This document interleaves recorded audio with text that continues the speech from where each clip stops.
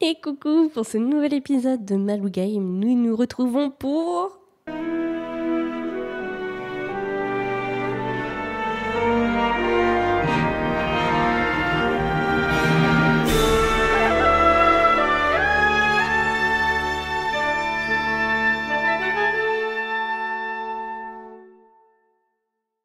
Et oui, nous nous retrouvons aujourd'hui pour The Legend of Zelda Echo of Wisdom. Oui, enfin un jeu où le titre n'est pas mensonger parce que nous incarnons la princesse Zelda pour la première fois dans un jeu Nintendo, même si ce n'est pas la première fois car vous connaissez peut-être un autre jeu qui est Crypt of the Necrodancer qui a eu un petit jeu sur l'univers des Zelda, c'est-à-dire c'est un jeu de rythme où vous incarnez Link, Zelda et Ganondorf avec un petit DLC, mais ça on en parlera à un autre moment parce que ce n'est pas le sujet du jeu et je ne l'ai pas fait en live. Oui, donc ce n'est pas fait en live, ce n'est pas validé par moi-même.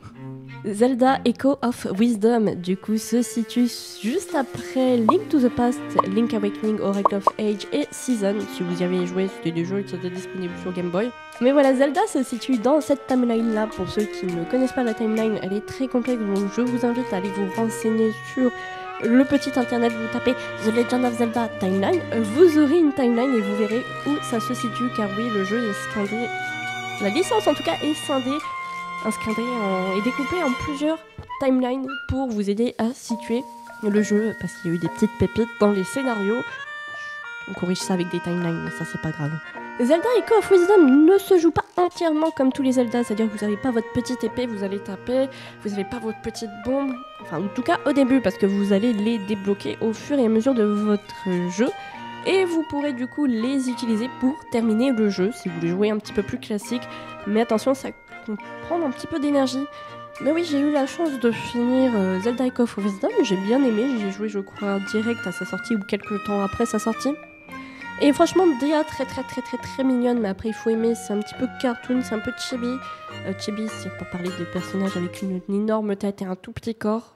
Voilà, c'est un style graphique voulu et choisi par de nombreux jeux pour, j'imagine, faciliter un petit peu la conception et que le jeu ne consomme pas énormément. Oui, car ce Zelda se joue assez particulièrement, car je vous rappelle, Zelda, grâce à Tri et une baguette, peut faire des échos, c'est-à-dire tous les objets qu'elle rencontre dans ce jeu sont possiblement copiables. C'est-à-dire vous avez un poisson, vous pouvez copier le poisson, vous avez une table, vous pouvez copier la table, vous avez un lit que vous aimez car vous pouvez dormir partout. Et quand je vous dis partout, c'est même pendant un combat de boss, c'est très utile, merci les lits d'exister. J'aimerais bien être à sa place, pouvoir poser des lits partout et pouvoir dormir où je veux quand je veux.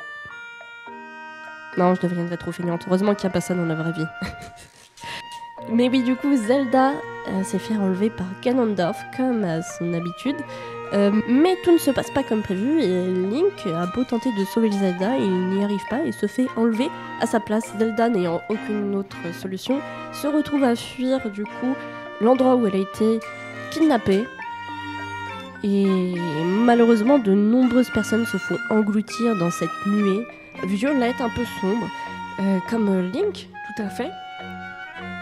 Mais que lui est-il arrivé ? C'est à vous d'essayer de sauver tout le monde et de le découvrir dans Zelda, The Legend of Zelda Echo of Wisdom. Mais en tout cas, le jeu est très intelligent, se joue très bien et je vous le conseille, si vous avez la Switch en tout cas, de l'essayer au minimum, même si le graphisme ne sera pas à votre goût peut-être, mais ne vous arrêtez jamais au niveau du graphisme pour un jeu, car vous loupez peut-être le jeu qui vous plaira et que vous aimerez le plus, ou au moins un des jeux qui vous marqueront à vie. Et en tout cas, moi je vous dis au revoir pour cette fois, et c'était très agréable de jouer avec Zelda Echo of Wisdom. C'était vraiment une petite bouffée d'air frais, et vraiment jouez-y si vous pouvez. En tout cas, je vous dis à une prochaine fois pour Malou Game. Vous avez comme d'habitude les YouTube en haut, le Twitch en bas, et si jamais vous voulez suivre l'Instagram, le TikTok ou autre chose, n'hésitez pas. En tout cas, je vous fais des bisous et portez-vous bien. Bye bye.